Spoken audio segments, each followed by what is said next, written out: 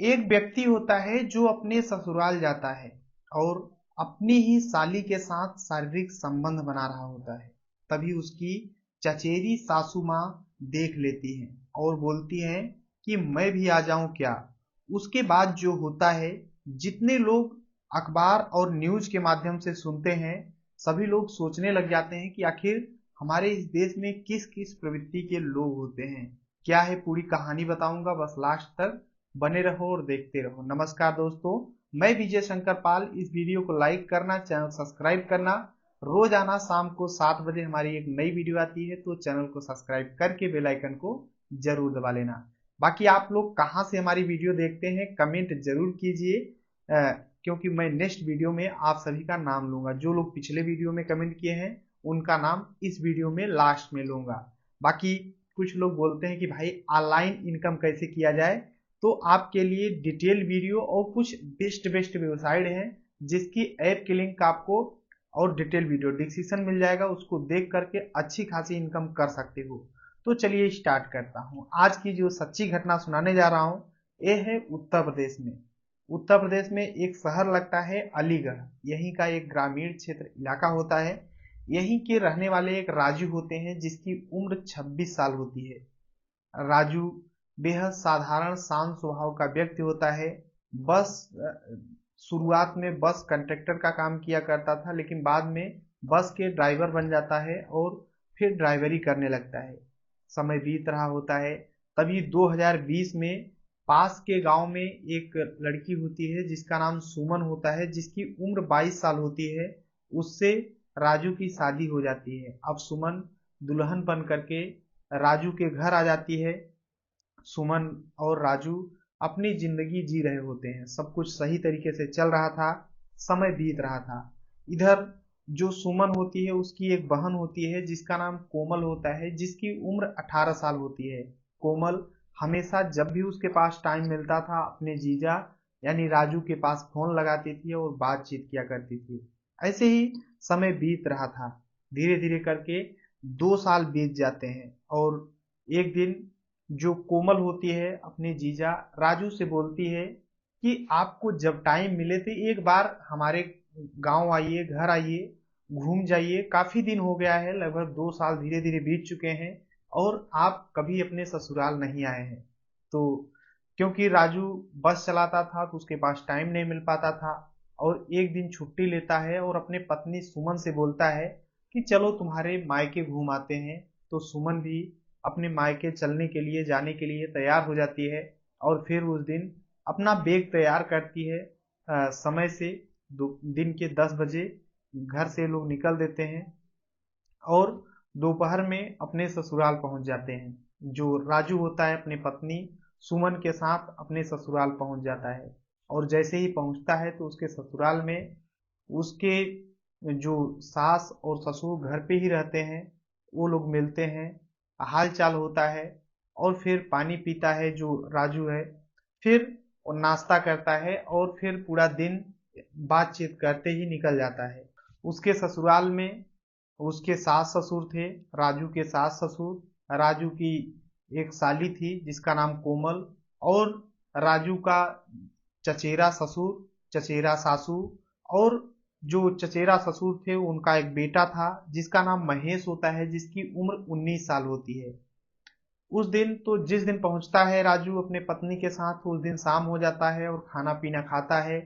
राजू अपने रूम में एक अपने पत्नी के साथ लेट जाता है और उसकी जो साली है वो अलग रूम में, और फिर सभी लोग अपने अपने रूम में सो जाते हैं। सुबह होता है। सुबह जैसे ही होता है, लगभग 8 से 9 बजता है, राजू खाना पीना खाता है। उसके बाद अपने साली कोमल के साथ घूमने गांव में चला जाता है और घूम टहल करके आता है। लगभग 4 बज जाते हैं। उसके बाद तभी टाइम से जो महेश होता है ये भी अपने काम से आ जाता है और राजू के साथ मार्केट जाता है। और फिर राजू और महेश दोनों शराब पीते हैं। जो राजू होता है बहुत कम शराब पिया करता था, तो ये कम ही पीता है, लेकिन महेश बहुत ज्यादा शराब पी लेता है। और रात के 9 बज जाते हैं। 9 बजे जब घर पे आते हैं ये लोग, तो सभी लोग अपने अपने स्थान पे सोने चले गए थे। जो उसके राजू के सास ससुर थे, वो सभी छत पे सोने के लिए चले गए थे। और जो राजू होता है वो नशे से धुत था। ये अपने साली कोमल के रूम में चला जाता है और वहीं पर सो जाता है। और जैसे ही 1 से 1.5 घंटे बीतते हैं, अपने साली के साथ संबंध बनाने लगता है, वो अपने पत्नी को समझ करके। और जब संबंध बनाने लगता है तो उसकी साली जो है वो भी सोचती है कि चलिए हमें अपने जीजू के साथ समय बिताने का मौका मिला है। और जब संबंध बना रहे होते हैं तो अजीब तरीके की जब आवाज आती है तो बगल के रूम में उसकी राजू की चचेरी जो सासू थी वो देख रही मतलब सुन रही होती हैं। और वो आती हैं तो एक झरोके से देखती हैं। और जब देखती हैं कि कोमल और राजू संबंध बना रहे हैं तो वो दरवाजा को खोलती है, क्योंकि दरवाजा सिर्फ इसी तरीके से बंद था। और अंदर जाती हैं और बोलती हैं कि मैं भी आ जाऊं।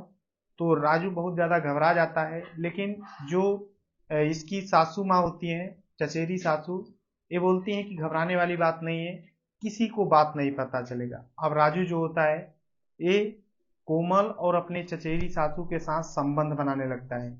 ऐसे ही धीरे धीरे करके 1 घंटे बीत जाते हैं। इधर जो महेश होता है सो रहा होता है, लेकिन अब इसका नशा जो था धीरे धीरे उतर रहा था।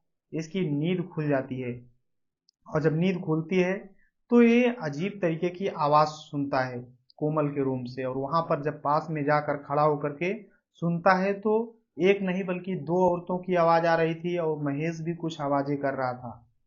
इस तरीके से जब देखता है तो एक झरोखा होता है, वहां से देखने का प्रयास करता है। जब देखता है कि इस तरीके से राजू हरकतें कर रहा है तो उसे बहुत ज्यादा गुस्सा आता है और फौरन वो दरवाजा तोड़ देता है। दरवाजा तोड़ने के बाद अंदर घुस जाता है और जो राजू होता है उसके गले को पकड़ लेता है और वहीं पर मारने लगता है। और ये जो कोमल और वो इसकी राजू की चचेरी सासू होती हैं, ये छुड़ाने का काम कर रही थी। लेकिन उस समय महेश को कुछ सूझ नहीं रहा था और राजू को इतना मारता है कि राजू इस दुनिया को छोड़कर चला जाता है। अब जैसे ही शोरगुल की आवाज सुन रहे होते हैं, उसके सास ससुर जो छत पे थे वो फौरन नीचे आते हैं। और जब नीचे आते हैं तो देखते हैं कि उसके जो दामाद राजू हैं इस दुनिया को छोड़कर जा चुके हैं। जो सुमन है ये भी आती है और देखती है अपने पति की ये हालत, तो वो भी रोने लगती है। और ये सब देख करके काफी हल्ला होने लगता है। और तभी रात का समय होता है, लगभग 2 से 2:30 बज रहे होते हैं। आसपास के गांव के जो लोग थे सभी सुनते हैं कि वहां पे कैसी आवाज आ रही है।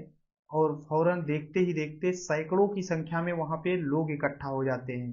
तभी उसी भीड़ में से किसी ने पुलिस को फोन कर दिया। मौके पर पुलिस आ जाती है और पुलिस उस डेड बॉडी को अपने कस्टडी में लेती है और फिर पूरा मुआयना करती है। और उसी समय जो महेश होता है और कोमल की जो चाची थी उसको सभी को गिरफ्तार करती है पुलिस, थाने ले जाती है और उसी समय जांच पड़ताल करती है। तभी महेश एक एक बातें बता देता है जो देखा रहता है और जुर्म भी कबूल कर लेता है कि मैंने ही मारा है। पुलिस महेश के खिलाफ मुकदमा दर्ज करती है और उसे जेल भेज देती है। सुमन की शादी अभी सिर्फ 2 साल हुए थे भय, लेकिन वो विधवा हो जाती है, उसका घर उजड़ जाता है। लेकिन ये जो पूरी कहानी है सुनाने का उद्देश्य किसी को परेशान करना या दुख पहुंचाना नहीं है, बल्कि आप सभी को जागरूक करना है। जहां भी रहें अपना और अपनों का ख्याल रखें। बाकी आप लोग ये चीज जरूर कमेंट करना कि इस पूरी कहानी में गलती किसकी थी। बाकी चलते हैं आज कमेंट की ओर। जो लोग पिछले वीडियो में हमारे कमेंट किए थे, तो राजू बिंद हैं, महेंद्र पाल हैं जो कि प्रयागराज उत्तर प्रदेश से रहने वाले हैं और ये महाराष्ट्र में रहते हैं। ये बोलते हैं कि हमारी जन्मभूमि तो यूपी है लेकिन कर्म भूमि अभी जो है वो महाराष्ट्र में है। तो भैया आपको तहे दिल से शुक्रिया, धन्यवाद। और राजू पाल हैं, मोईद अंसारी हैं जो कि बिहार से हमारी वीडियो देखते हैं, जय करण निषाद हैं फतेहपुर उत्तर प्रदेश से हैं, और यस के उमर हैं, रामजीत यादव हैं जो कि स्वरगुजा छत्तीसगढ़ से रहने वाले हैं, नायक कटिंडा हैं जो कि सूरजपुर छत्तीसगढ़ से हैं, शैलेंद्र सिंह हैं जो कि मध्य प्रदेश से हमारी वीडियो देखते हैं। तो सभी भाइयों को तहे दिल से शुक्रिया, धन्यवाद। बाकी कमेंट जरूर करना। मिलते हैं नेक्स्ट वीडियो में, तब तक के लिए जय हिंद, वंदे मातरम।